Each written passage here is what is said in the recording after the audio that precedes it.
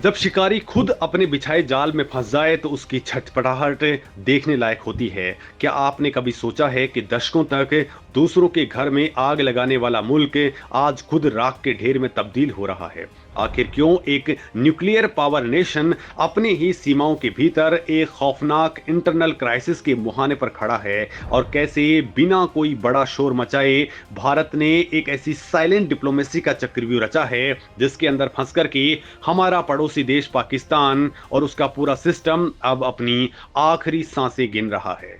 दोस्तों, जो देश कभी नेपाल से श्रीलंका तक भारत को घेरने के लिए बड़े बड़े ख्वाब देखा करता था, बांग्लादेश के अंदर अपने आतंकी भेज करके इस ख्वाब को अंजाम देने की कोशिश करता था, आज उसका वजूद खुद सबसे बड़े खतरे के अंदर पहुंच चुका है। हालात इतने बेकाबू हो चुके हैं कि इस्लामाबाद के अंदर बैठे हुक्मरानों को रात की नींद के लिए भी सिक्योरिटी क्लियरेंस लेना पड़ रहा है।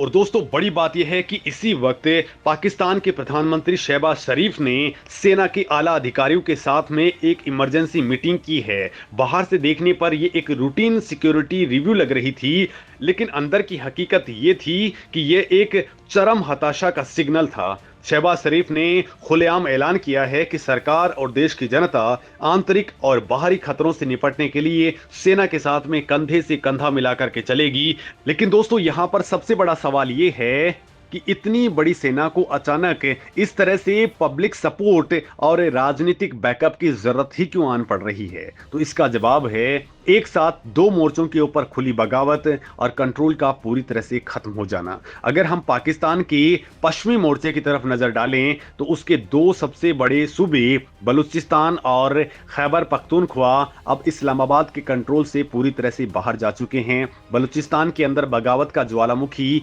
एक सुसंगठित आर्म्ड चैलेंज के अंदर कन्वर्ट हो चुका है। हाल ही के अंदर बीएलए यानी कि बलूचिस्तान लिबरेशन आर्मी के विद्रोहियों ने एक बहुत बड़े और घातक ट्रक को स्ट्राइक के जरिए पाकिस्तान कोस्टल गार्ड के एक अहम कैंप को निशाना बनाकर के उसे उड़ा दिया था। रिपोर्ट्स के मुताबिक इस भयंकर स्ट्राइक के अंदर 30 से ज्यादा पाकिस्तानी जवानों की मारे जाने का दावा किया गया है। दोस्तों, ये सिर्फ एक छिटपुट घटना नहीं है, बल्कि ये साफ दिखाता है कि विद्रोहियों का खुफिया तंत्र और उनकी ऑपरेशनल कैपेसिटी पाकिस्तानी सेना से भी ज्यादा सटीक हो चुकी है। बलूच जनता अब आर पार के मूड में है। उनके प्राकृतिक संसाधनों को निकाल करके चाइना को सौंपा जा रहा है और बदले में उन्हें सिर्फ मिलिट्री ऑपरेशंस का सामना करना पड़ रहा है। वहीं दोस्तों, खैबर पख्तूनख्वा का हाल और भी ज्यादा गंभीर है।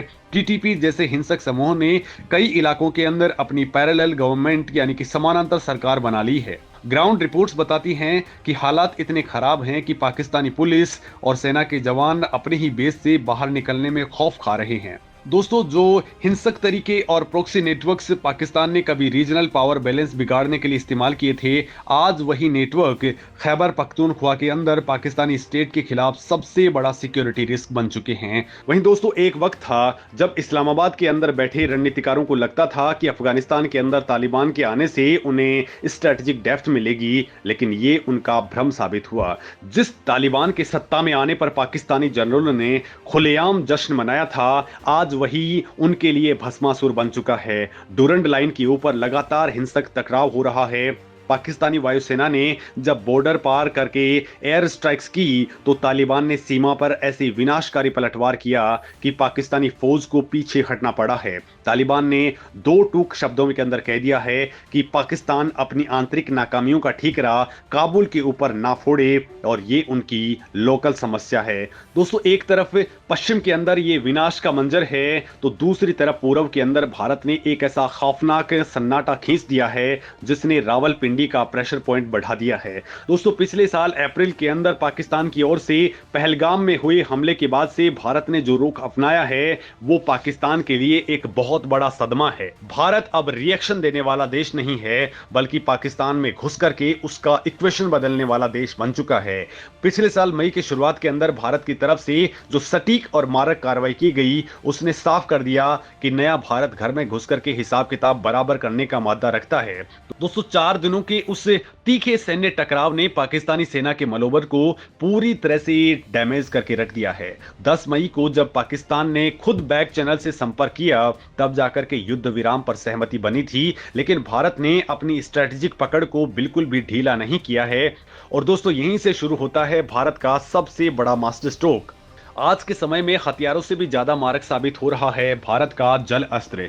सिंधु जल संधि यानी कि इंडस वाटर ट्रीटी को लेकर के भारत ने जो कड़ा रुख अपनाया है, उसने पाकिस्तान की अर्थव्यवस्था और कृषि की जीवन रेखा को अपने अंगूठे के नीचे दबा लिया है। पाकिस्तान के रक्षा मंत्री ख्वाजा आसिफ का वो घबराया हुआ बयान याद कीजिए, जिसमें उन्होंने कहा कि अगर पानी रोका गया तो दोनों देशों के बीच में सीधा युद्ध छिड़ जाएगा। ये उनका कॉन्फिडेंस नहीं बल्कि उनकी हताशा की चीख है। दोस्तों, इस्लामाबाद अच्छे तरीके से जानता है कि अगर भारत ने नदियों का रुख जरा सा भी मोड़ दिया तो पाकिस्तान के बंजर खेतों के अंदर सिविल अनरेस्ट की ऐसी फसल उगेगी जिसे पाकिस्तानी फौज अपनी पूरी ताकत लगा करके भी नहीं रोक पाएगी। इसके साथ ही दोस्तों, पाकिस्तान अधिकृत कश्मीर यानी कि पीओके के अंदर जो तूफान उठा है, उसने पाकिस्तानी एस्टेब्लिशमेंट्स की नींव हिला करके रख दी है। बेतहाशा महंगाई, आटे की भारी किल्लत और सेना के क्रूर दमन ने आम कश्मीरियों को सड़कों के ऊपर उतार दिया है। मुजफ्फराबाद से लेकर के गिलगित बाल्टिस्तान तक पाकिस्तानी हुक्मरानों के खिलाफ एक ऐसी नफरत पनप चुकी है जिसे अब किसी भी तरह से दबाया नहीं जा सकता है। लोग खुलेआम इस्लामाबाद के खिलाफ नारे लगा रहे हैं और भारत ने बहुत ही सधे हुए तरीके से एक सोची समझी कूटनीति के तहत पीओके के लोगों के अधिकारों की बात वैश्विक मंचों पर उठानी शुरू कर दी है, जिससे पाकिस्तान बुरी तरह से बैकफुट पर आ गया है। दोस्तों, जब घर में आग लगी हो और बुझाने की कुव्वत ना हो तो सबसे आसान तरीका होता है पड़ोसियों पर इल्जाम लगा देना। शहबाज शरीफ और पाकिस्तानी सेना ठीक यही काम कर रही है। वो अपनी इंटरनल इनस्टेबिलिटी को छुपाने के लिए भारत और अफगानिस्तान पर निशाना साध रहे हैं। उनका सीधा आरोप है कि टीटीपी और बीएलए जैसे संगठनों को भारत से फंड और सपोर्ट मिल रहा है, लेकिन ग्लोबल कम्युनिटी अब इस विक्टिम कार्ड को बिल्कुल नहीं खरीदेगी। भारत ने अंतर्राष्ट्रीय मंचों पर कड़े शब्दों के अंदर साफ कर दिया है कि पाकिस्तान खुद अस्थिरता और रेडिकल नेटवर्क्स की फैक्ट्री है। जिन पाले हुए मोहरों को पाकिस्तान ने दूसरों को नुकसान पहुंचाने के लिए तैयार किया था, आज वो खुद अपने आकाओं के ऊपर पलटवार कर रहे हैं, तो इस्लामाबाद दुनिया से मदद की भीख मांग रहा है। दोस्तों, इस पूरे जियोपॉलिटिकल पावर के अंदर भारत सबसे बड़े विनर के तौर पर उभरा है और ये कोई इत्तेफाक नहीं है, बल्कि ये भारत की लॉन्ग टर्म स्ट्रेटेजिक थिंकिंग का नतीजा है। भारत ने पाकिस्तान के साथ में फुल स्केल मिलिट्री कॉन्फ्लिक्ट के अंदर अपनी एनर्जी और संसाधन बर्बाद करने के बजाय उसे उसी के घर में उसी की आंतरिक कमजोरियों के अंदर उलझा दिया है। ये नया भारत अब शोर नहीं कर रहा है बल्कि इंपैक्ट छोड़ रहा है। अब दोस्तों, जरा तस्वीर को ध्यान से देखिए। एक तरफ पाकिस्तान का वजीर आजम अपनी सेना के साथ में बैठकों के अंदर ये सोच रहा है कि आज किस प्रांत के अंदर हमला हुआ और देश के सिस्टम को कोलैप्स होने से कैसे बचाया जाए। वहीं दूसरी तरफ भारत का प्रधानमंत्री ग्लोबल इन्वेस्टर्स के साथ में बैठ करके semiconductor plants, artificial intelligence, space mission और $10 ट्रिलियन की इकोनॉमी के मेगा रोड मैप पर चर्चा कर रहा है। दोस्तों, आज दोनों देशों के बीच में इकोनॉमिक डिवाइड का आलम यह है कि भारत की सिर्फ एक दिन की जीडीपी ग्रोथ पाकिस्तान के टोटल फॉरेन एक्सचेंज रिजर्व से कहीं ज्यादा हो चुकी है। जो देश कभी दूसरों की टेक्नोलॉजी का इंतजार किया करता था, वही भारत आज ग्लोबल सप्लाई चेन का नया मैन्युफैक्चरिंग हब बन रहा है। डिफेंस इकोसिस्टम की बात करें तो जहां पाकिस्तान दुनिया भर के अंदर बेल आउट पैकेज और लोन के लिए भटक रहा है, वही भारत अब एक बड़ा डिफेंस एक्सपोर्टर बन चुका है। शहबाज शरीफ का यह कहना कि हम अंदरूनी और बाहरी खतरों से लड़ेंगे, असल में एक डूबते जहाज की कैप्टन की आखिरी डेस्परेट अनाउंसमेंट जैसी है। दोस्तों, अब इस पूरे मुद्दे पर आपको क्या लगता है, कमेंट सेक्शन में अपनी बात जरूर कहें। नमस्कार।